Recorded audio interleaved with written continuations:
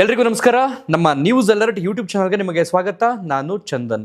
ಬಹುಶಃ ಕೊಟ್ಟಿಯೂರ್ಗೆ ಹೋಗಿ ಬಂದಿರತಕ್ಕಂಥ ಒಂದಷ್ಟು ಜನ ಈ ವಿಡಿಯೋವನ್ನ ನೋಡಬಹುದು, ಅಥವಾ ಕೊಟ್ಟಿಯೂರ್ಗೆ ನಾನು ಹೋಗಬೇಕು ಅಂತ ಆಸೆ ಇಟ್ಕೊಂಡಿರೋರು ಕೂಡ ಈ ಒಂದು ವಿಡಿಯೋವನ್ನ ನೋಡಬಹುದು, ಅಥವಾ ಇವೆರಡರ ನಡುವೆ ಸ್ತಬ್ಧವಾಗಿ ಕುತ್ಕೊಂಡು ನಾನು ಸೋಷಿಯಲ್ ಮೀಡಿಯಾದಲ್ಲೇ ಕೊಟ್ಟಿಯೂರನ್ನ ನೋಡ್ತಾ ಇದ್ದೀನಿ ಅನ್ನುವಂತಹ ಜನರು ಕೂಡ ಈ ಒಂದು ವಿಡಿಯೋವನ್ನ ವೀಕ್ಷಣೆ ಮಾಡ್ತಾ ಇರ್ಬೋದು.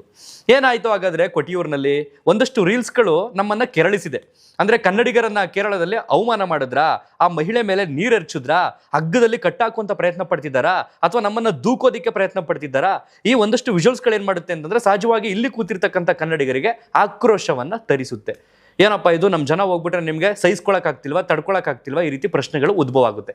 ಈ ಒಂದು ವಿಡಿಯೋಗಳು ಯಾವಾಗ ಸಾಮಾಜಿಕ ಜಾಲತಾಣದಲ್ಲಿ ವೈರಲ್ ಆಯ್ತು, ಕೇರಳ ಅಂದ್ರೆ ಮಲಯಾಳಿಗಳು ಅಥವಾ ನಮ್ಮ ಕನ್ನಡಿಗರು ಇಬ್ರು ಕೂಡ ಆ ಕಾಮೆಂಟ್ ಸೆಕ್ಷನ್ ಐತಲ್ಲ, ಆ ವಿಡಿಯೋಗಳ ಕಾಮೆಂಟ್ ಸೆಕ್ಷನ್ ಅಲ್ಲಿ ಗುದ್ದಾಟವು ಕೂಡ ಆರಂಭ ಆಗಿದೆ.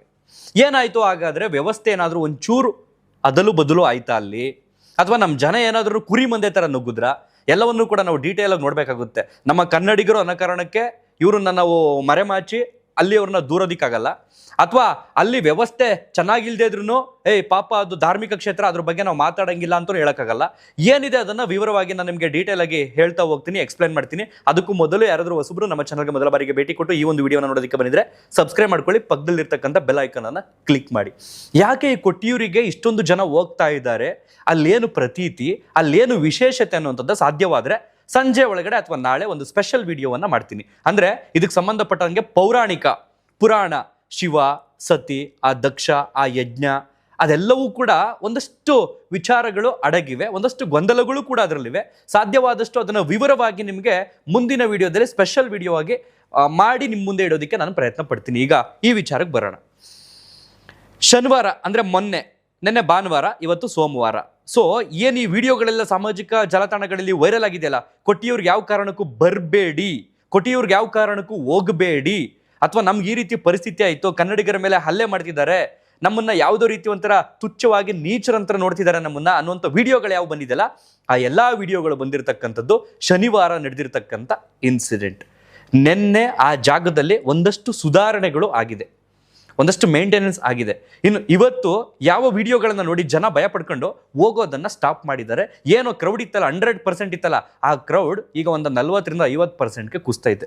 ಹಂಗೂ ಕೂಡ ಕೆಲವರು ವಿಡಿಯೋಗಳನ್ನ ನೋಡದೆ ಅಥವಾ ನೋಡಿಯೂ ಬಂಡು ಬಿದ್ದು ಹೋಗ್ತಿರ್ತಕ್ಕಂಥವ್ರ ಸಂಖ್ಯೆ ಹೆಚ್ಚಿದೆ.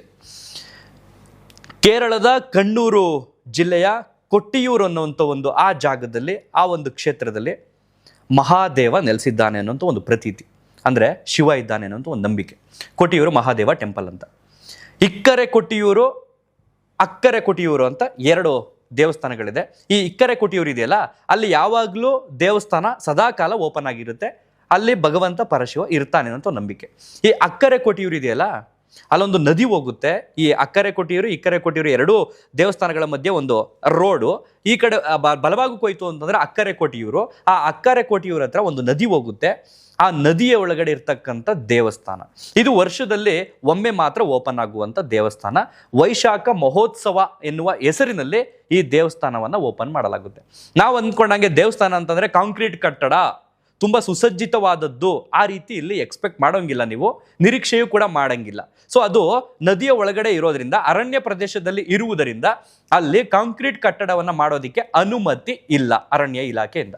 ಸೊ ಹಾಗಾಗಿ ವರ್ಷದಲ್ಲಿ 1 ತಿಂಗಳು ಮಾತ್ರ ಈ ಒಂದು ದೇವಸ್ಥಾನ ಓಪನ್ ಆಗುತ್ತೆ, ಅಕ್ಕರೆ ಕೊಟ್ಟಿಯೂರು ಅಂತ. ಈ ಇಕ್ಕರೆ ಕೊಟ್ಟಿಯೂರು ಅಂತ ಹೇಳಿದ್ವಲ್ಲ, ಅಲ್ಲಿ ಸುಸಜ್ಜಿತವಾದಂಥ ಕಟ್ಟಡ ಇದೆ. ಅಲ್ಲಿ 20 ಅಂದ್ರೆ ಯಾವಾಗ ವರ್ಷ ಪೂರ್ತಿಯೂ ಕೂಡ ದೇವಸ್ಥಾನ ಓಪನ್ ಆಗಿರುತ್ತೆ.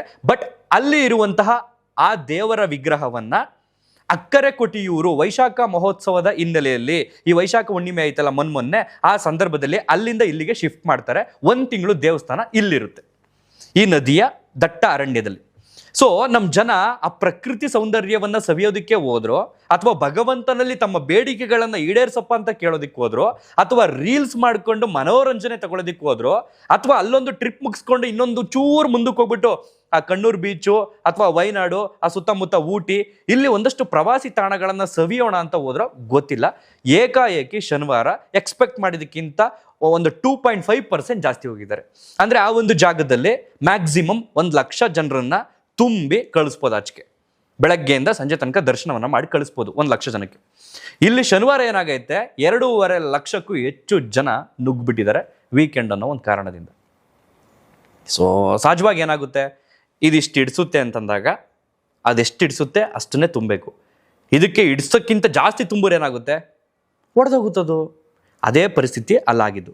ಸೊ ಆ ಒಂದು ಜಾಗದಲ್ಲಿ ಏನಾಗಿದೆ, ಪ್ರಕೃತಿಯನ್ನು ಪರಿಸರವನ್ನು ಕಾಪಾಡುವಂತಹ ಹಿತದೃಷ್ಟಿಯಲ್ಲಿ ವಾಟರ್ ಬಾಟಲ್ಗಳು ಅಂದರೆ ಪ್ಲಾಸ್ಟಿಕ್ ಬಾಟಲ್ಗಳ ನಿಷೇಧ ಇದೆ. ಸೊ ಹಾಗಾಗಿ ಚೆಕ್ ಮಾಡಿಬಿಡೋದ್ರಿಂದ ಯಾವುದೇ ರೀತಿಯ ಬಿಸ್ಲರಿ ವಾಟರು ಕಿನ್ಲೆ ಅದು ಇದು ತೊಗೊಂಡು ಹೋಗಂಗಿಲ್ಲ.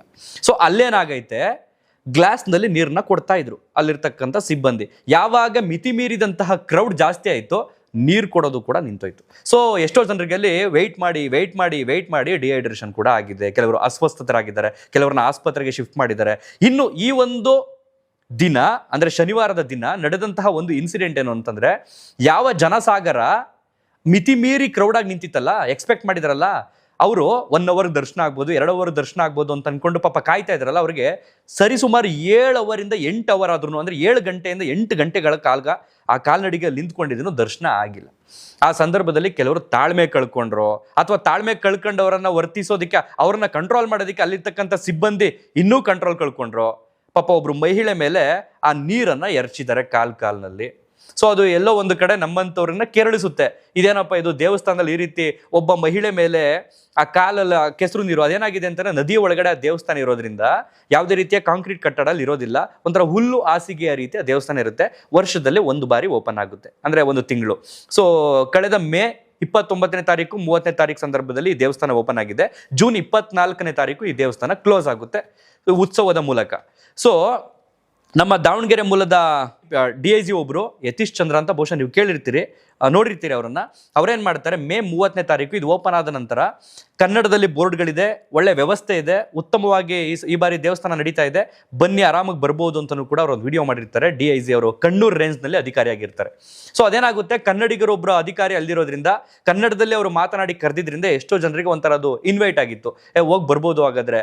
ಹಾಗೇನೆ ಈ ಹಿಂದೆ ನಟ ದರ್ಶನ್ ಅವರು ಅಲ್ಲಿಗೆ ಹೋಗಿ ಬಂದಿದ್ರಿಂದನೂ ಕೂಡ ಒಂದಷ್ಟು ಜನ ನಾವು ಹೋಗ್ಬೇಕು ಅಲ್ಲಿಗೆ, ನಮ್ಮ ಡಿ ಬಾಸ್ ಹೋಗಿ ಬಂದಿದ್ದಾರೆ ಅಂತಂದ್ರೆ ಬಹುಶಃ ಅಲ್ಲಿ ಏನೋ ಇರ್ಬೋದು ಅನ್ನೋ ನಂಬಿಕೆಯಿಂದ ಹೋದ ವರ್ಷ ಹೋಗಿದ್ರಲ್ಲ ಅವರು, ಇನ್ನೊಂದು ವರ್ಷನಲ್ಲಿ ಓಪನ್ ಆಗೋದು, ಈ ಡೇಟ್ನ ಸೇವ್ ಮಾಡ್ಕೊಂಡು ಕೂತಿದ್ರು, ಹೋಗಿ ಬರೋಣ ಅಂತ ಅನ್ಕೊಂಡು. ಸೊ ಈ ಮೊನ್ನೆ ಏನಾಯ್ತು ಅಂತಂದ್ರೆ, ಎಷ್ಟೋ ಶಾಲೆಗಳು ಓಪನ್ ಆಗಿದ್ರಿಂದ ನೆಕ್ಸ್ಟ್ ಹೋಗೋಕ್ಕಾಗಲ್ಲ ಅನ್ನೋ ಕಾರಣಕ್ಕೆ ಎಷ್ಟೋ ಜನ ಮಕ್ಕಳು ಸಮೇತ ಕರ್ಕೊಂಡು ಬಂದ್ರು ಶನಿವಾರ, ಈ ಒಂದು ಪರಿಸ್ಥಿತಿಯನ್ನ ಅನುಭವಿಸಿದ್ರು. ಅಲ್ಲೇನಾಯ್ತು ಹಾಗಾದ್ರೆ, ಆ ಜಾಗದಲ್ಲಿ ಕಾಂಕ್ರೀಟ್ ಕಟ್ಟಡ ಕಟ್ಟಂಗಿಲ್ಲ, ಅರಣ್ಯ ಅನುಮತಿ ಇಲ್ಲದೆ. ಸೊ ಹಾಗಾಗಿ ಯಾವ ಕಾರಣಕ್ಕೂ ಇಲ್ಲ, ವರ್ಷಕ್ಕೆ ಒಂದೇ ಸಲ ಓಪನ್ ಆಗೋದಲ್ವಾ, ಹಿಂಗೆ ಫೇಸ್ ಮಾಡೋಣ ಅಂತ ಅನ್ಕೊಂಡು ಆ ದೇವಸ್ಥಾನ ಇದೆ. ಸೊ ಆ ದೇವಸ್ಥಾನಕ್ಕೆ ಬಾಗಿಲು ನಾವು ಎಕ್ಸ್ಪೆಕ್ಟ್ ಮಾಡೋ ಥರ ಒಂದೇ ವೇನಲ್ಲಿ ಇಲ್ಲ, 360 ಡಿಗ್ರಿಯಲ್ಲೂ ಕೂಡ ಓಪನ್ ಇದೆ. ಸೊ ಹಾಗಾಗಿ ಜನಸಾಗರ ಹೆಂಗ್ ಬೇಕಂದ ಆ ಕಡೆಯಿಂದ ಎಲ್ಲ ಹೋಗಿ ಮುತ್ಕೊಂಡಾಗ ಏನಾಯ್ತು, ಕೆಳಗಡೆ ಇರ್ತಕ್ಕಂಥ ನದಿಯ ನೀರು ಕೊಳಚೆ ನೀರು ತರ ಮಾರ್ಪಡ್ತು. ಸೇಮ್ ಲೈಕ್ ಒಂಥರ ಹಳದಿ ಕಲರ್ ತರ ಆಯ್ತು. ಆ ನೀರನ್ನ ಅಲ್ಲಿರ್ತಕ್ಕಂಥ ಸಿಬ್ಬಂದಿ ಓರ್ವ ಮಹಿಳೆ ಮೇಲೆ ಕಾಲ್ನಲ್ಲಿ ಎರಚ್ತಾರೆ. ಅವಾಗ ತುಂಬ ಬೇಸರ ಆಗುತ್ತೆ. ಕಂಟ್ರೋಲ್, ನಾವೀಗ ನಮ್ಮದು ಟೆಂಪರ್ ಕಳ್ಕೊಂಡ್ಬಿಡ್ತೀವಿ ಅಥವಾ ಟ್ರಿಗರ್ ಆಗಿ ಹೋಗ್ತೀವಿ ಅಂದ ತಕ್ಷಣ ನಾವು ಏನನ್ನು ಬೇಕಾದರೂ ಮಾಡಲ್ಲ. ಎಲ್ಲಿ ಹೆಣ್ಣನ್ನು ಪೂಜಿಸ್ತೀವೋ ಅಲ್ಲಿ ದೇವತೆಗಳನ್ನು ನೆಲೆಸಿರ್ತಾರೆ ಅನ್ನೋಂಥ ಒಂದು ಮಾತೈತೆ. ಬಟ್ ಆ ಸಿಬ್ಬಂದಿ ಅದನ್ನು ಮೀರಬಾರ್ದಿತ್ತು ಅಂತ ನನ್ನೊಂದು ಅನಿಸಿಕೆ. ಸೊ ಅದಾದ ನಂತರ ಏನಾಗುತ್ತೆ, ಮಹಿಳೆ ವಿಡಿಯೋ ಮಾಡ್ಕೊಳ್ಳಿ ಅಂತಾರೆ. ಸೊ ವಿಡಿಯೋ ಮಾಡ್ತಿರ್ತಕ್ಕಂಥ ಒಂದಷ್ಟು ಜನರ ಮೊಬೈಲ್ಗಳನ್ನು ಕೂಡ ಕಸಿದುಕೊಳ್ಳೋದಕ್ಕೆ ಆ ಸಿಬ್ಬಂದಿ ಮುಂದೆ ಆಗ್ತಾರೆ. ಅದು ಕೂಡ ತಪ್ಪು. ಸೊ ಅದಕ್ಕೆ ಕೊಡ್ತಿರ್ತಕ್ಕಂಥ ಸಮರ್ಥನೆ ಏನು ಅಂತಂದ್ರೆ, ಅವರು ಯಾವ ಜಾಗದಲ್ಲಿ ಭಗವಂತ ಶಿವನ ವಿಗ್ರಹವನ್ನ ಆನೆ ಮೇಲೆ ನಾವು ಹೊತ್ಕೊಂಡು ಮೆರವಣಿಗೆ ರೂಪದಲ್ಲಿ ಹೋಗುವಂತ ಸಂದರ್ಭದಲ್ಲಿ ಇವರು ಮೊಬೈಲ್ನಲ್ಲಿ ಚಿತ್ರೀಕರಣ ಮಾಡೋದಕ್ಕೆ ತುಂಬಾ ಹತ್ರದಿಂದ ಬರ್ತಾರೆ. ಅವಾಗ ಆನೆ ಏನಾದರೂ ಎದರಿ ಜನಗಳ ಮೇಲೆ ನುಗ್ಗಿದ್ರೆ ಯಾರು ಹೊಣೆ, ಯಾರು ಜವಾಬ್ದಾರಿ? ಆ ಕಾರಣದಿಂದ ನಾವು ಮೊಬೈಲ್ ಕಿತ್ಕೊಳ್ಳೋಕೆ ಹೋದೋ ಅಂತ ಅಲ್ಲಿನ ಸಿಬ್ಬಂದಿಗಳು ಕೊಟ್ಟಿರ್ತಕ್ಕಂಥ ಸ್ಪಷ್ಟನೆ. ಒಟ್ಟಾರೆಯಾಗಿ ಹೇಳ್ಬೇಕು ಅಂತಂದ್ರೆ ನನಗನ್ಸಿದ್ದೇನು ಅಂತಂದ್ರೆ, ಜನ ಮರುಳೋ ಜಾತ್ರೆ ಮರುಳೋ ಅಂತ ಒಂದು ಮಾತಿದೆಯಲ್ಲ, ಅದು ಸೂಕ್ತವಾಗಿ ನಮ್ಮ ಕನ್ನಡಿಗರಿಗೆ ಅನ್ವಯ ಆಗುತ್ತೆ ಅಂತ ನನಗನ್ಸುತ್ತೆ. ದಕ್ಷಿಣ ಕಾಶಿ ಅಂತ ನೀವು ಎಲ್ಲಿಂದ ಎಲ್ಲಿವರೆಗೆ ಕೇಳಿದ್ರು ನಂಜನಗೂಡು ಅಂತ ಚಿಕ್ಕ ಮಗುಗೂ ಗೊತ್ತು. ಭಗವಂತ ಶಿವ ಲೋಕವನ್ನು ಉಳಿಸಲು ವಿಷವನ್ನು ಕುಡಿದ ನಂಜುಂಡೇಶ್ವರ ಅಂತ ಹೇಳ್ತೀವಲ್ಲ, ಆ ಶಿವ ಈ ಜಗತ್ತನ್ನೇ ಕಾಪಾಡೋದಕ್ಕೆ ತನ್ನ ವಿಷವನ್ನು ಕುಡಿದಂತಹ ವಿಷಕಂಠ ನೀಲಕಂಠ ನಂಜುಂಡೇಶ್ವರ ನಿಲ್ಲಿಸಿರ್ತಕ್ಕಂಥ ಸನ್ನಿಧಾನ ದಕ್ಷಿಣ ಕಾಶಿ ನಂಜನಗೂಡು. ನಿಮ್ಗಳಿಗೆ ಇನ್ಸ್ಟಾಗ್ರಾಮ್ನಲ್ಲಿ ಯಾರೋ ಒಬ್ಬ ವಿಡಿಯೋ ಮಾಡ್ದ, ಯಾರೋ ಒಬ್ಬ ರೀಲ್ ತರ ಬುಟ್ಟ, ಅವನು ಬಿಟ್ಬಿಟ್ಟು ಯಾರು ಬೇಕಾದ್ರೂ ಬರ್ಬೋದು, ಫುಲ್ ಕಲ್ಲಿ ಐತೆ, ಖಾಲಿ ಐತೆ ಜಾಗ, ಆರಾಮಾಗಿ ಓಡಾಡ್ಬೋದು, ನೀವು ಅಲ್ಲಿ ಮನೆ ಸಿಗ್ತದೆ, ಇಲ್ಲಿ ಊಟ ಸಿಗ್ತದೆ, ಅಲ್ಲಿಂದ ಅಲ್ಲಿಗೆ ಹೋಗ್ಬೋದು, ಇಲ್ಲಿಂದ ಹೋಗ್ಬೋದು. ಈ ಸೋಷಿಯಲ್ ಮೀಡಿಯಾ ಇನ್ಫ್ಲೂಯೆನ್ಸರ್ಸ್ಗಳವರಲ್ಲ ಕೆಲವರು, ಅಂದ್ರೆ ಅವ್ರ ಅನುಕೂಲಕ್ಕೆ ತಕ್ಕಂಗೆ ಏನು ಫೇಸ್ ಮಾಡ್ಕೊಂಡ್ ಬರ್ತಾರಲ್ಲ, ಅದನ್ನ ಪರಿಣಾಮ ಏನು ಅಂತ ಎಕ್ಸ್ಪೆಕ್ಟ್ ಮಾಡ್ಬೇಕು ಅವರು. ನನ್ನ ಒಂದು ರೀಲ್ ಎಷ್ಟು ಜನರಿಗೆ ರೀಚ್ ಆಗ್ಬೋದು, ಅಷ್ಟು ಜನ ಏಕಾಏಕಿಗೆ ಅಲ್ಲಿ ಹೋದ್ರೆ ಏನಾಗ್ಬೋದು, ಅದನ್ನ ಏನೋ ಅರಿವು ಇರಲ್ಲ ಅವರುಗಳಿಗೆ. ಏಕಾಏಕಿ ಒಂಥರ ಇನ್ವಿಟೇಷನ್ ತರ ಹಂಚಿಬಿಡ್ತಾರೆ ಅದನ್ನ. ನಮ್ಮ ಜನಕ್ಕೆ ಏನಾಗಬೇಕು, ಅದನ್ನ ಹೋಗಿ ಬಂದವ್ರು ಯಾರನ್ನಾರು ವಿಚಾರಿಸ್ಬೇಕು, ಎನ್ಕ್ವೈರಿ ಮಾಡಬೇಕು, ಅಲ್ಲಿನ ವ್ಯವಸ್ಥೆ ಹೆಂಗಿದೆ, ಜನ ದಟ್ಟಣೆ ಎಷ್ಟಿದೆ, ಹೋಗಿ ಬರ್ಬೋದಾ, ಮಕ್ಳು ಮರಿ ಕರ್ಕೊಂಡು ಹೋಗಿ ಬರ್ಬೋದು, ಏನು ಯೋಚನೆ ಮಾಡಲ್ಲ. ಯಾವುದೋ ಒಂದು ರೀಲ್ನ ಸೇವ್ ಮಾಡಿ ಇಟ್ಕೊಂಡ್ಬಿಟ್ಟು ಅದನ್ನ ಪ್ರೈವೇಟಲ್ಲಿ ಇಟ್ಕೊಂಡ್ಬಿಟ್ಟು ಮ್ಯಾಪ್ ಹಾಕು, ಇಲ್ಲಿಂದ ಹೊರಡು. ಬೆಂಗಳೂರಿಂದ ಏನಿಲ್ಲ ಅಂದ್ರೆ ಒಂದು 280 290 ಕಿಲೋಮೀಟರ್ ಡಿಸ್ಟೆನ್ಸು, ಮೈಸೂರಿಂದ 135 140 ಕಿಲೋಮೀಟರ್ ಡಿಸ್ಟೆನ್ಸು.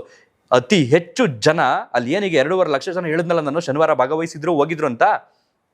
ಕನ್ನಡಿಗರ ಅದ್ರಲ್ಲಿ ಏನಿಲ್ಲ ಅಂತಂದ್ರೆ 1,70,000 ಜನ ಮೇಲೆ ಅವ್ರೆ. ಅದನ್ನ ಬಿಟ್ರೆ ಹೊರಗಡೆ ಇರೋದು. ಸೊ ನಮ್ಮ ಜನ ಮಾತ್ರ ಗ್ರೇಟ್ ಅಂತ ಅನ್ಸ್ಬಿಡುತ್ತೆ ನನಗೆಲ್ಲ ಒಂದು ಕಡೆ. ಯಾವುದಾದ್ರೂ ಒಂದು ಕ್ಷೇತ್ರವನ್ನ ಅತಿ ದೊಡ್ಡ ಮಟ್ಟದಲ್ಲಿ ಬೆಳೆಸುವಂತ ಶಕ್ತಿ, ತಾಕತ್ತು, ಅಲ್ಲಿ ಹೋಗಿ ಬರುವಂತ ತಾಕತ್ತು ಕನ್ನಡಿಗರಿಗೆ ಬಿಟ್ರೆ ಈ ದೇಶದಲ್ಲಿ ಬೇರೆ ಯಾರಿಗೂ ಇಲ್ಲ ಅಂತ ಅನ್ಸುತ್ತೆ. ಪ್ರೌಡಾಗಿ ಹೇಳ್ಕೋಬೇಕು. ಯಾಕಂತಂದ್ರೆ ಯಾವ್ದಾದ್ರು ಒಂದು ವೈರಲ್ ಆರ ಸಾಕು, ಏಕಾಏಕಿ ದಿಢೀರ್ ಅಂತ ನುಗ್ಗು, ಅಲ್ಲಿ ಜೀವ ಕಳ್ಕೊಂಡಾರು ಬಾ, ಅಥವಾ ಈ ರೀತಿ ಪರಿಸ್ಥಿತಿಗಳನ್ನ ಕ್ರಿಯೇಟ್ ಮಾಡ್ಕೊಂಡಾರು ಬಾ, ಒಟ್ಟಲ್ಲಿ ನೀನು ಹೋಗಿ ಬಾ ಅಷ್ಟೇ.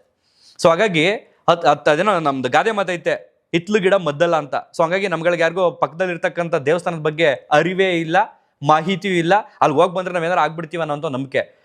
ನಮ್ಮ ಕೇರ್ಪೇಟೆದನ್ನ ಹೇಳ್ತೀನಿ ನಾನು. ವರಹನಾಥ ಕಲ್ಲಳ್ಳಿ ಅಂತ ಐತೆ. ಭೂ ವರಹನಾಥ ಲಕ್ಷ್ಮಿ ಜೊತೆ ಕೂತಿರ್ತಕ್ಕಂಥ ವರನಾಥ ಸ್ವಾಮಿ, ಲಕ್ಷ್ಮಿ ಭೂತಾಯಿ, ಆ ವರಹನಾಥ ಸ್ವಾಮಿ ಆಂಧ್ರ ಪ್ರದೇಶದಿಂದ ಬರ್ತಾರೆ, ತಮಿಳ್ನಾಡಿಂದ ಬರ್ತಾರೆ. ನೆನಪಿರ್ಲಿ ನಿಮ್ಗೆ, ನಮ್ಮ ಕೇರ್ಪೇಟೆ ತಾಲೂಕಲ್ದಿರ ಅಕ್ಕಪಕ್ಕದ ಹಳ್ಳಿಯವರೇ ಹೋಗಲ್ಲ. ಕಾರಣ ಏನು ಗೊತ್ತಾ? ಹಿತ್ಲು ಗಿಡ ಮದ್ದಲ್ಲ. ನಮ್ಗಳಿಗೆಲ್ಲ ಇಲ್ಲಿಂದ ದೂರಕ್ಕೆ ಹೋಯ್ತೀವಿ, 200 ಕಿಲೋಮೀಟ್ರು 300 ಕಿಲೋಮೀಟ್ರು. ಸೊ ಹಾಗಾಗಿ ನಿಮ್ಮ ಅಕ್ಕಪಕ್ಕದಲ್ಲಿ ಐತಲ್ಲ ಸ್ಥಳೀಯ ದೇವಸ್ಥಾನಗಳು, ದಯವಿಟ್ಟು ಅದ್ರ ಬಗ್ಗೆ ಆದ್ಯತೆ ಕೊಡಿ. ಎಲ್ಲದಕ್ಕಿಂತ ಮಿಗಿಲಾಗಿ ನಿಮ್ಮ ತಂದೆ ತಾಯಿ ಇದ್ದಾರಲ್ಲ, ಅವರೇ ಮೊದಲ ದೇವರು. ನನ್ನ ದೇವಸ್ಥಾನಗಳಿಗೆ ಹೋಗ್ಬಿಡಿ ಅಂತ ಹೇಳ್ತಿಲ್ಲ, ಬಟ್ ನೋಡಿಕೊಂಡು ಅಲ್ಲಿ ಹೇಗಿದೆ ವ್ಯವಸ್ಥೆ, ಜನದಟ್ಟಣೆ ಜಾಸ್ತಿ ಇದೆಯಾ, ನಾವು ಹೋಗಿ ಬಂದರೆ ಆರಾಮಾಗಿ ಸೇಫಾಗಿ ಹೋಗಿ ಬರೋದಾ, ಅದೆಲ್ಲವನ್ನು ತಿಳ್ಕೊಂಡು ಹೋಗ್ಬೇಕಾಗುತ್ತೆ. ಇನ್ನು ಕೆಲವರು ನನ್ನ ಸ್ನೇಹಿತರನ್ನ ಬೆಳಗ್ಗೆ ಫೋನ್ ಮಾಡಿ ಕೇಳಿದೆ, ನಾನು ಹೋಗಿ ಬಂದಂಥವ್ರನ್ನ, ಶನಿವಾರ ಹೋದಂಥವ್ರನ್ನ. ಅವ್ರು ಹೇಳಿದ್ರು, ಒಂದು 7 hours ನಾವು ವೆಯ್ಟ್ ಮಾಡ್ದೋ, ಅದಾದ್ಮೇಲೆ ಬೇಜಾರಾಗೋಯ್ತು, ಅಪ್ಪ ಇನ್ನು ಆಗಲ್ಲ ಅಂತ ಅಂದ್ಬಿಟ್ಟು ನಾವೇನು ಮಾಡಿದೆ, ವಾಪಸ್ ಬಂದು ದರ್ಶನನೇ ಮಾಡಲಿಲ್ಲ ಅಂತ. ಇದು ನಡೆದಂಥ ಇನ್ಸಿಡೆಂಟು. ಸೊ ಯಾವಾಗ ಈ ವಿಡಿಯೋಗಳು ವೈರಲ್ ಆಯಿತು, ನಿನ್ನೆ ಜನ ಸ್ವಲ್ಪ ಕಂಟ್ರೋಲ್ ಆಗೋದ್ರು. ಸೊ ಇವತ್ತು ತೀರಾ ಕಂಟ್ರೋಲ್ ಆಗಿದೆ, ವ್ಯವಸ್ಥೆ ಸ್ವಲ್ಪ ನೀಟಾಗಿದೆ ಅಂತ ಯತೀಶ್ ಚಂದ್ರ ಅವರು ಈಗ ಯಾವುದೋ ಒಂದು ಮಾಧ್ಯಮದಲ್ಲಿ ಮಾತಾಡಿ ಹೇಳ್ತಾ ಇದ್ರು. ಸೊ ಅದಾದಮೇಲೆ ಭಾಷೆ ವಿಚಾರ ಅಥವಾ ರಾಜ್ಯದ ಗಡಿ ವಿಚಾರ ನಾವಿಲ್ಲಿ ತಗೊಂಡು ಬಂದೋ ನಾವು ಅಥವಾ ಅವರು ಅಂತಂದರೆ, ಕೇರಳದವರು ಅಂತಂದರೆ, ನಮ್ಮಂಥ ಮುಟ್ಟಾಳರು ಇನ್ಯಾರೂ ಇಲ್ಲ. ಇಂಥ ವಿಚಾರಗಳಲ್ಲಿ ಈ ರೀತಿಗೆ ಒಂದು ಲಿಂಕ್ ಮಾಡೋದಿದೆಯಲ್ಲ, ತೀರಾ ತಪ್ಪು ಅಂತ ಅನ್ಸುತ್ತೆ. ಫಸ್ಟ್ ಆಫ್ ಆಲ್ ಆ ದೇವಸ್ಥಾನದವರು ನಮ್ಮನ್ನು ಯಾರನ್ನೂ ಇನ್ವೈಟ್ ಮಾಡಿಲ್ಲ. DIG ಅವರು ಇನ್ವೈಟ್ ಮಾಡಿದ್ರು, ಬರಬಹುದು ಕನ್ನಡಿಗರು ಆರಾಮಾಗಿ ಅಂತ. ಯಾಕಂತಂದ್ರೆ ವ್ಯವಸ್ಥೆಯ ಒಬ್ಬರು ಅಧಿಕಾರಿ. ದೇವಸ್ಥಾನದ ಆಡಳಿತ ಮಂಡಳಿಗೆ ಏನಾಗೈತೆ ಅಂತಂದ್ರೆ ಬಹುಶಃ ನನಗನ್ಸುತ್ತೆ ಸಾಕು ನಮಗಿದು ಅಂತ ಅನಿಸ್ಬಿಡೈತೆ ಅವ್ರುಗಳಿಗೆ. ಕಳೆದ ಒಂದು 3-4 ವರ್ಷಗಳ ಹಿಂದೆ ಯಾವ ರೀತಿ ಇತ್ತು ಅಂತಂದ್ರೆ, ಅಲ್ಲಿನ ಸ್ಥಳೀಯ ಜನರಿಗೆ ಮಾತ್ರ ಮಾಹಿತಿ ಇತ್ತು. ಅಲ್ಲಿನ ಸ್ಥಳೀಯ ಜನರು ಹಿಂಗೆ ದರ್ಶನ ಮಾಡ್ಕೊಂಡು ಹೋಗ್ಬಿಡ್ತಿದ್ರು. ಈ ನಮ್ಮ ಜನ ಹೋಗಿ ನುಗ್ಗಿದ್ರಿಂದ, ಲಕ್ಷಾಂತರ ಜನ ಹೋಗಿ ಸೇರ್ತಾ ಇರೋದ್ರಿಂದ ಅವ್ರುಗಳಿಗೆ ತುಂಬ ಹಿಂಸೆ ಆಗ್ತಿದೆ ಅಂತೆ. ಸೊ 1,000 ರೂಪಾಯಿ ಟಿಕೆಟ್ ಕೊಟ್ಬಿಟ್ಟು ಅನ್ನದಾನ ಅನ್ನೋಂಥ ಒಂದು ಹೆಸರಲ್ಲಿ 1,000 ರೂಪಾಯಿ ಟಿಕೆಟ್ ತಗೊಂಡು ಅದೇ VVIP ಎಂಟ್ರಿ ಅಂತೆ. ಅಲ್ಲಿ ಹೋಗಿ ನಿಂತ್ಕೊಂಡ್ರೆ ಆ VVIP ಎಂಟ್ರಿನೇ 7 hour ಅಂತೆ. ಇನ್ನು ನಾರ್ಮಲ್ ದರ್ಶನಕ್ಕೆ ಹೋದ್ರೆ ಅದು ಎಷ್ಟು ಗಂಟೆ ನನಗಂತೂ ಗೊತ್ತಿಲ್ಲ. ಸೊ ಹಾಗಾಗಿ ಭಕ್ತಿ ಇರಲಿ, ಭಕ್ತಿಯ ಹೆಸರಲ್ಲಿ ಆಡಂಬರ ಬೇಡ, ದಯವಿಟ್ಟು ಅದೊಂದು ನೆನ್ಪಿಟ್ಕೊಳ್ಳಿ. ಇನ್ನು ಕೆಲವರು ಯುವಕರಿಗೆ ದೇವರಣಗಳು ಹೇಳ್ತೀನಿ, ನಾನು ಸಂಜೆಗೆ ಒಂದು ವಿಡಿಯೋ ಮಾಡ್ತೀನಿ. ಅಲ್ಲಿನ ಜಾಗದಲ್ಲಿ ಏನು ವೈಶಿಷ್ಟ್ಯತೆ ಇದೆ, ಏನು ಇತಿಹಾಸ ಇದೆ, ಏನು ಪೌರಾಣಿಕವಾಗಿದೆ, ಭೌಗೋಳಿಕವಾಗಿ ಏನಿದೆ, ಅದ್ರ ಇತಿಹಾಸ ಏನಿದೆ, ಅದೆಲ್ಲವನ್ನು ಕೂಡ ಸ್ಪಷ್ಟವಾಗಿ ಹೇಳ್ತಾ ಹೋಗ್ತೀನಿ. ಇನ್ನು ಕೆಲವರಿಗೆ ಅದ್ರಲ್ಲಿ ತಳ ಬುಡನೂ ಗೊತ್ತಿಲ್ಲ, ಅಲ್ಲಿ ಯಾವ ದೇವರೈತೆ ಅಂತಲೂ ಗೊತ್ತಿಲ್ಲ. ಸುಮ್ಮನೆ ಹೋಗು, ಶೋಕಿಗೆ ಒಂದು ರೀಲ್ಸ್ ಮಾಡು, ಅಲ್ಲಿಂದ ಇನ್ನೊಂದು ಚೂರು 100 ಕಿಲೋಮೀಟರ್ ಮುಂದಕ್ಕೆ ಹೋಗಿ ಯಾವ್ದಾದ್ರು ಬೀಚಲ್ಲಿ ಒಂದು ಪೆಗ್ ಹಾಕು, ನೈಟ್ ಒಂದು ಡ್ಯಾನ್ಸ್ ಹೊಡಿ, ಅದನ್ನೊಂದು ಫೋಟೋಗಳು ಕ್ಯಾಪ್ಚರ್ ಮಾಡ್ಕೊ, ಹಾಕು ಸೋಷಿಯಲ್ ಮೀಡಿಯಾದಲ್ಲಿ, ವಾಟ್ಸಪ್ಪಲ್ಲಿ ನಿನ್ನ ಫ್ರೆಂಡ್ಸ್ಗಳು ಉರ್ಸು, ಅಥವಾ ಶೋ ಕೊಡು, ಅಲ್ಲಿಂದ ವಾಪಸ್ ಬೆಂಗಳೂರಿಗೆ ಬಾ, ಮೈಸೂರಿಗೆ ಬಾ, ನಿಮ್ಮೂರಿಗೆ ಬಾ. ದಯವಿಟ್ಟು ಭಕ್ತಿ ಹೆಸರಲ್ಲಿ ಆಡಂಬರ ಬೇಡ. ಭಕ್ತಿ ಅನ್ನುವಂಥದ್ದು 2 ಪದ ಇದೆಯಲ್ಲ, ಅಕ್ಷರಗಳು, ಅದ್ರ ಬಗ್ಗೆ ಸ್ಪಷ್ಟವಾಗಿ ತಿಳ್ಕೊಳ್ಳಿ. ಫಸ್ಟು ನಾವು ಶೋ ಕೊಡ್ಕೊಂಡು ನಾವು ಕಾರಲ್ಲಿ ಹೋಗ್ತಿದ್ದೀವಿ, ಟ್ರಿಪ್ಪಲ್ಲಿ ಹೋಗ್ತಿದ್ದೀವಿ ಅಂದ್ಕೊಂಡು ಬೇಡ. ಅಲ್ಲಿಗೆ ಸುಮ್ಮನೆ ಹೋಗಿ ಈ ರೀತಿ ಪರಿಸ್ಥಿತಿಗಳನ್ನು ಅನುಭವಿಸ್ಕೊಂಡು ಬರೋದು ಬೇಡ. ಆಮೇಲೆ ಇನ್ಯಾರೋ ಮಾಡೋ ತಪ್ಪಿಗೆ ಇನ್ಯಾರೋ ಶಿಕ್ಷಣ ಅನುಭವಿಸೋದು ಬೇಡ. ಯಾರೋ 1-2-3 ಜನ ಈ ಥರ ಮಾಡ್ತಾರೆ, ಇನ್ನು ಉಳಿದಂಥವ್ರು ಕನ್ನಡಿಗರು ಏಕಾಏಕಿ ಅಪವಾದವನ್ನು ಒತ್ಕೊಳ್ಳೋದು ಬೇಡ. ಆ್ಯಂಡ್ ಇದರಿಂದ ಭಾಷೆ ವಿಚಾರಕ್ಕೆ ಗುದ್ದಾಡೋದು ಬೇಡ. ಯಾಕಂತಂದ್ರೆ ಅಲ್ಲಿ ಏನು ನಡೆದೈತೆ ಅನ್ನೋಂಥದ್ದು ಸ್ಪಷ್ಟವಾಗಿ ಯಾರಿಗೂ ಗೊತ್ತಿಲ್ಲ. ಅದನ್ನು ಫೇಸ್ ಮಾಡಿದಂಥವ್ರು ಮಾತ್ರ ಗೊತ್ತು. ಅದನ್ನು ಫೇಸ್ ಮಾಡಿದವ್ರು ಏನು ಹೇಳ್ತಾರೆ ಅಂತಂದರೆ, ಹೌದು ಈ ರೀತಿ 8 hour 9 hour ಆಗಿದ್ರಿಂದ ನಾವು ಟ್ರಿಗರ್ ಆದೋ ಕಾರಣ ಏನು ಅಂತಂದರೆ ನಮಗೆ ನೀರು ಇಲ್ಲ ಅಂತ. ಅಲ್ಲಿನ ವ್ಯವಸ್ಥೆ ಹೇಳ್ತಿರೋದೇನು ಅಂತಂದರೆ, 1 ಲಕ್ಷ ಜನ ಕೆಪಾಸಿಟಿ ಇತ್ತು, 2 ಲಕ್ಷ ಜನ ಬಂದರೆ ನಾವೇಂಗೆ ಮಾಡೋದು ಅಂತ. ಅಧಿಕಾರಿಗಳು ಹೇಳೋದು ಏನು ಅಂತಂದರೆ, ಅಲ್ಲಿ ಯಾವುದೇ ಕಾಂಕ್ರೀಟ್ ವ್ಯವಸ್ಥೆ ಮಾಡೋಂಗಿಲ್ಲ, ಕಟ್ಟಡ ಮಾಡೋಂಗಿಲ್ಲ ಕೂತ್ಕೊಳ್ಳೋದಕ್ಕೆ, ಅಥವಾ ಅದಕ್ಕೆ ಸಂಬಂಧಪಟ್ಟಂಗೆ ಅದು ಅರಣ್ಯ ಪ್ರದೇಶದಲ್ಲಿ ಇರ್ತಕ್ಕಂಥ ದೇವಸ್ಥಾನ. ಸೊ ನಾವೇನು ಮಾಡಬೇಕು ಅಂತಂದರೆ ಅನುಸರಿಸ್ಕೊಳ್ಳೇಬೇಕಾಗುತ್ತೆ, ಮಿತಿ ಮೀರಿ ನಾವು ಹೋದಾಗ. ದಯವಿಟ್ಟು ಕನ್ನಡಿಗರು, ವಿಶಾಲ ಹೃದಯದವರು, ವಿಶಾಲ ಮನೋಭಾವನೆ ಉಳ್ಳವರು ಒಂಚೂರು ಅರ್ಥ ಮಾಡ್ಕೊಂಡು ಹೋಗಿ. ಯಾರೋ ಒಬ್ಬ ವೈರಲ್ ಮಾಡ್ದ ಅಂದ ತಕ್ಷಣ ಏಕಾಏಕಿ ನುಗ್ಗುವಂಥದ್ದು ಬೇಡ. ಆ ದೇವಸ್ಥಾನ ಇನ್ನೂ ಹೆಚ್ಚು ಕಡಿಮೆ 15 ದಿನ ತನಕ ಓಪನ್ ಇರುತ್ತೆ. ವೀಕೆಂಡ್ ಅಥವಾ ಈ ಶನಿವಾರ ಭಾನುವಾರ ಪ್ಲಾನ್ ಮಾಡೋದನ್ನ ಕಡಿಮೆ ಮಾಡಿ ಈ ಸೋಮವಾರದಿಂದ ಶುಕ್ರವಾರದ ಒಳಗಡೆ ಹೋಗಿ ಬನ್ನಿ. ನಿಮಗೆ ಭಕ್ತಿ ಇದೆ, ನಾನು ನಿಜಕ್ಕೂ ಭಕ್ತಿಯಿಂದನೇ ಹೋಗಿ ಬರ್ತೀನಿ ನನಗಿದ್ರೆ, ಅಥವಾ ಶೋಕಿ ಹೆಸರಲ್ಲಿ ದಯವಿಟ್ಟು ಅಲ್ಲೆಲ್ಲ ಹೋಗ್ಬೇಡಿ. ಕೆಲವರಿಗೆ ಹೇಳ್ತಾ ಇರೋದು ಪಾಪ, ಇನ್ನು ಕೆಲವರೆಲ್ಲ ಫ್ಯಾಮಿಲಿ ಕರ್ಕೊಂಡು ಪಾಪ ಭಕ್ತಿಯಿಂದ ಧಾರ್ಮಿಕ ನಂಬಿಕೆಯಿಂದ ಹೋಗಿರ್ತಾರೆ. ಆ್ಯಂಡ್ ನಿಮ್ಮನ್ನು ಬರಬೇಡಿ ಅಂತ ಹೇಳೋದಕ್ಕೆ ಅವ್ರಿಗೂ ಕೂಡ ರೈಟ್ಸ್ ಇಲ್ಲ, ಅದೊಂದು ಧಾರ್ಮಿಕ ಸ್ವಾತಂತ್ರ್ಯ ಇದೆ ನಮಗೆ. ಸೊ ಹಾಗಾಗಿ ಹೋಗುವಂಥದ್ದನ್ನ ಅಥವಾ ಅಲ್ಲಿ ಹೋದ್ಮೇಲೆ ನಡ್ಕೊಳ್ಳೋಂಥದ್ದನ್ನ ನಾವು ಕೂಡ ಅನುಸರಿಸ್ಕೊಬೇಕಾಗುತ್ತೆ, ಅವರು ಕೂಡ ಅನುಸರಿಸ್ಕೊಬೇಕಾಗುತ್ತೆ. ಬಟ್ ನನಗೆ ಫಸ್ಟ್ ಟೈಮ್ ನನಗೆ ಆ ಇನ್ಸಿಡೆಂಟ್ ನೋಡಿದಾಗ ನನಗೆ ಆ ಮಹಿಳೆ ಮೇಲೆ ನೀರು ಎರಚುವಂಥದ್ದು ಅದು ತೀರಾ ಅತಿರೇಕ ಅಂತ ಅನ್ಸುತ್ತೆ. ಅದು ಯಾವನಿಗೂ ರೈಟ್ಸ್ ಇಲ್ಲ ಅಲ್ಲಿ ಆಡಳಿತ ಮಂಡಳಿಗೆ. ಅದು ಯಾವ ರೀತಿ ಕ್ರಮ ಕೈಗೊಳ್ತಾರೆ ಪೊಲೀಸರು ಅಂತ ವೆಯ್ಟ್ ಮಾಡಿ ನೋಡಬೇಕು. ಯಾಕಂತಂದ್ರೆ ಜನ ಅಸ್ವಸ್ಥತೆ ಆಗ್ತಾರೆ ಅಂತಂದಾಗ ಸಹಜವಾಗಿ ಟ್ರಿಗರ್ ಆಗ್ತಾರೆ, ಅಥವಾ ಒಂಥರ ಮುಖದಲ್ಲಿ ಭಾವನೆಗಳು ಕೆರಳುತ್ತೆ. ಯಪ್ಪ ಕಾಯ್ತಾ ಇದೀವಿ, ನೀರಿಲ್ಲ ಏನಿಲ್ಲ ಅಂತಂದಾಗ. ಹಾಗಂತ ಅವ್ರು ಹೇಳ್ತಾರಲ್ಲ, ನಾವೇ ನಿಮ್ಮನ್ನು ಕರೆದಿದ್ವಾ ಅಂತಲೂ ಹೇಳ್ತಾರಲ್ಲ. ಸೊ ಹಂಗಂದು ಮಾತ್ರಕ್ಕೆ ಜನರಿಗೆ ನೀರಚ್ಚಿ ಆ ನೀರಚ್ಚಿದ ಉದ್ದೇಶ ಏನು ಅಂತಂದ್ರೆ ಬೇಗ ಮುಂದಕ್ಕೆ ಹೋಗ್ಲಿ ಅಂತ. ಆ ಮಹಿಳೆ ಮೇಲೆ 3-4 ಜನ ಗಂಡಸರು ಎರಗ್ತಾವ್ರಲ್ಲ ಹಂಗೆ ಪ್ರಾಣಿಗಳ ಥರ, ನಾಚಿಕೆ ಆಗ್ಬೇಕು ಅವ್ರಗಳಿಗೆ. ಅದು ಅವ್ರ ಸಂಸ್ಕೃತಿನ ಅಂತ ನನ್ಗೆ ಅನಿಸ್ತೈತಿ ಇವಾಗ. ಇದಿಷ್ಟು ಹೇಳ್ತಾ ಈ ವಿಡಿಯೋನಲ್ಲಿ ಮುಗಿಸ್ತಾ ಇದ್ದೀನಿ. ಸೊ ಹಿಂದೆ ಮುಂದೆ ಗೊತ್ತಿಲ್ಲದೆ ನಾವು ಅವ್ರನ್ನು ದೂರೋದಕ್ಕಾಗಲ್ಲ, ಇವರನ್ನು ದೂರೋದಕ್ಕಾಗಲ್ಲ. ಸೊ ಫಸ್ಟು ನಾವು ಅರ್ಥಕೊಳ್ಳೋಣ, ಜನಸಾಗರ ಜಾಸ್ತಿ ಆಗ್ತಾ ಇದೆ ಅನ್ನೋದಕ್ಕೆ ಸ್ವಲ್ಪ ನಾವೇ ಕಂಟ್ರೋಲ್ ಮಾಡ್ಕೊಂಡು ಇನ್ನೊಂದಿನ ಹೋದ್ರಾಯ್ತು ಅಂತ ಪ್ರಯತ್ನ ಪಡೋಣ. ಬಸವಣ್ಣವ್ರ ವಚನವನ್ನ ಇಲ್ಲಿ ಹೇಳಿ ಮುಗಿಸ್ತೀನಿ ನಾನು. ಬಸವಣ್ಣವ್ರು ಎಲ್ಲರಿಗೂ ಗೊತ್ತಲ್ಲ, 12ನೇ ಶತಮಾನದ ವಚನಕಾರರು. ಉಳ್ಳವರು ಶಿವಾಲಯ ಮಾಡುವರು, ನಾನೇನು ಮಾಡಲಯ್ಯ, ನಾ ಬಡವನಯ್ಯ, ಎನ್ನ ಕಾಲೇ ಕಂಬ, ಎನ್ನ ದೇಹವೇ ದೇಗುಲ, ಎನ್ನ ಶಿರವೇ ಒನ್ನ ಕಳಸವಯ್ಯ ಅಂತ ಇದೇ ಶಿವನಿಗೆ, ಇದೇ ಕೂಡಲ ಸಂಗಮ ದೇವನಿಗೆ ಅವ್ರು ಹೇಳ್ತಾರೆ. ಇರೋನೇನೋ ಮಾಡ್ತಾನಪ್ಪ, ದೊಡ್ಡ ದೊಡ್ಡ ದೇವಸ್ಥಾನ ಕಟ್ತಾನೆ, ದೇವಸ್ಥಾನಕ್ಕೆ ಹೋಗಿ ಬರ್ತಾನೆ, ನನ್ನ ಹತ್ರ ಏನೂ ಇಲ್ಲ. ಅಂದು ಬಸವಣ್ಣವ್ರು ಏನಾಗಿದ್ರು?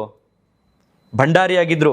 ಬಿಜ್ಜಳನ ಆಸ್ಥಾನದಲ್ಲಿ ಬಸವಣ್ಣನವರು ಭಂಡಾರಿಯಾಗಿದ್ರು. ಲೆಕ್ಕಾಚಾರ ಇದಕ್ಕೆಲ್ಲ ಅವ್ರ ತಲೆದಂಡ ಆಗುತ್ತೆ, ಯಾರು ಬಿಜ್ಜಳನ ಮಗ ಮಾಡ್ತಕ್ಕಂಥ ಹಲ್ಕ ಕೆಲಸದಿಂದ. ಅಂತ ಬಸವಣ್ಣವ್ರು ಹೇಳಿರ್ತಕ್ಕಂಥ ಮಾತು, ನನ್ನ ದೇಹವೇ ದೇಗುಲ, ಎನ್ನ ಶಿರವೇ ಒನ್ನ ಕಳಶ.